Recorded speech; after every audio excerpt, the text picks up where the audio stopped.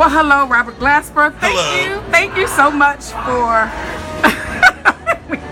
Shit, I think I pulled the lever. Too bad that sucker doesn't hit. I know, right? So I just want to first thank you for taking the time to answer this two-part question. No problem.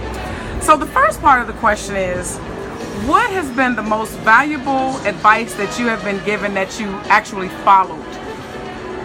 The most valuable advice I've given that I actually followed was given to me by Herbie Hancock.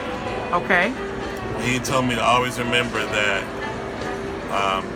being a musician is what I do. Being a musician is what I do, but I'm a person first. Okay. He told me that years ago. And I've always respected that because there are a lot of asshole artists. And they're just assholes because they feel like they can be an asshole. Mm-hmm. Because they feel like because they do something great in the arts that they're above somebody on a just human level. Right. And that's just not true. You know what I mean? And so I've always felt like I've always followed that. You know what I mean? Like doing music is what I do because at the end of the day, I may mess around and my hands get cut off or something. I'm not doing music anymore. Right. You know what I mean? But I'm left with being a person. You know, when you take away what you do, you're left with who you are. Absolutely. You know what I mean? I just said that just now. Woo! When you take away what you do, you're left with who you are. That's right. Come on. All right. I'm preaching up in here. Yes, all right. Yes, well received too.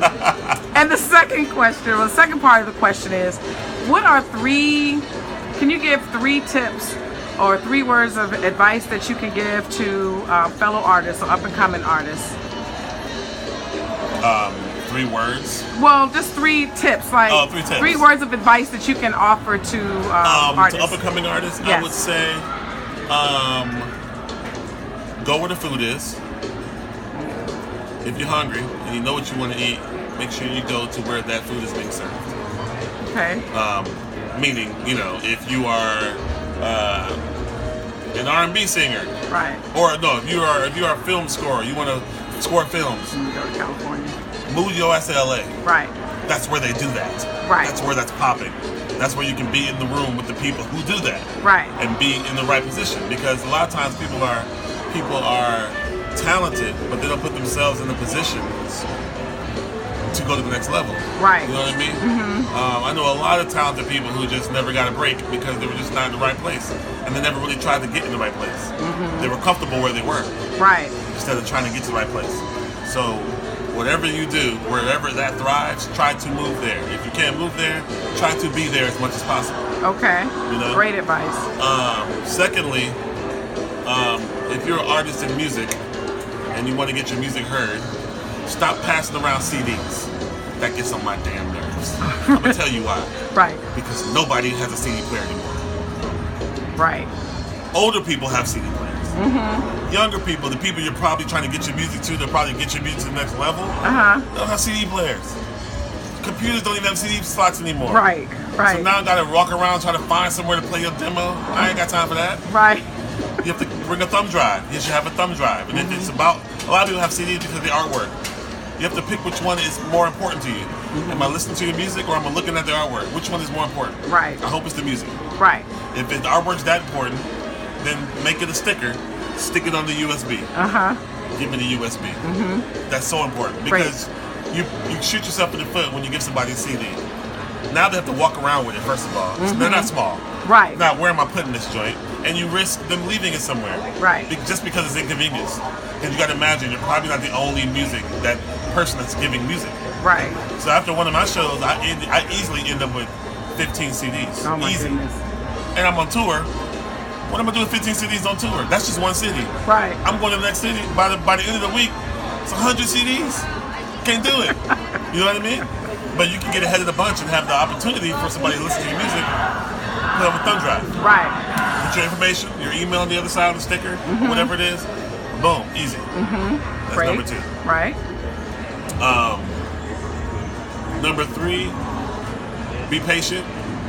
Don't think that everything is an overnight thing because, you know, I started in 2001 playing in a bar, a trio, with nobody being there for years, for 3-4 years. Just me and my trio, practicing.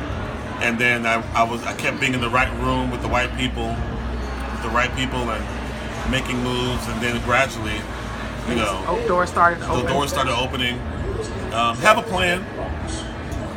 I had a plan, but back then there was no Twitter, there was no Instagram, there was no, you know, none of that stuff. And a lot of people are used to seeing these pop-up overnight sensations, so they make that the norm. They want that. Right. And when they don't get that, they feel like, oh, I've been doing this for a whole year. Nothing's happened. Right. Really? A whole year? Seriously? You know what I mean? Right. I've been at this joint for 14 years as a solo artist. You know what I mean? Mm-hmm. And now I'm getting the props. You know, within the last few years. Mm-hmm. So that overnight success shit is not a real thing. So don't make that the norm. Right. And just have a work ethic and have a plan. A lot of, especially musicians, that don't have plans. Mm-hmm. They just kind of go with the flow and whatever happens, happens. Whatever happens, happens. And when you do that, then you're risking nothing. You're risking the fact that nothing can happen sometimes. Right. You know, especially if you don't have a plan. You know. I had a plan. I said, you know what? I want to do one record on a small label.